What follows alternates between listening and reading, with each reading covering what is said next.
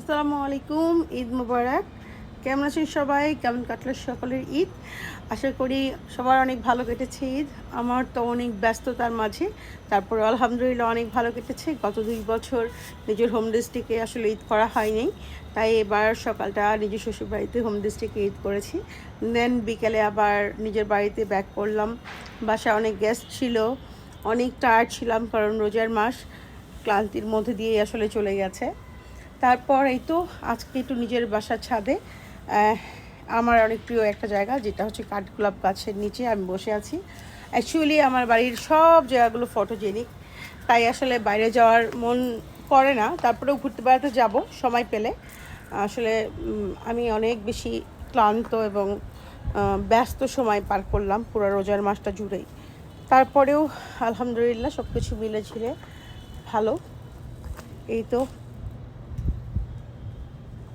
এই তো সে আমরা একটু ছাদে হাঁটাহাঁটি করছিলাম, খুব সুন্দর বাতাস।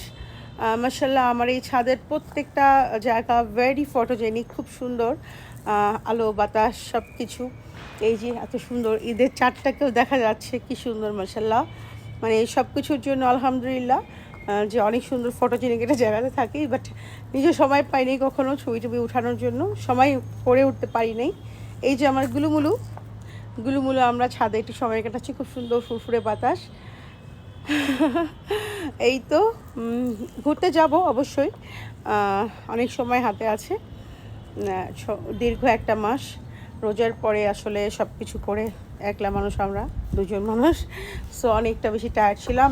যেহেতু ঈদ শেষ হলো, তো আলহামদুলিল্লাহ আমরা ঘুরতে যাব, নাকি বলো? অবশ্যই যাব। একটু ফ্রি হলাম, আমাদের জন্য দোয়া করবেন, আপনারা ভালো থাকবেন। ঈদ মোবারক।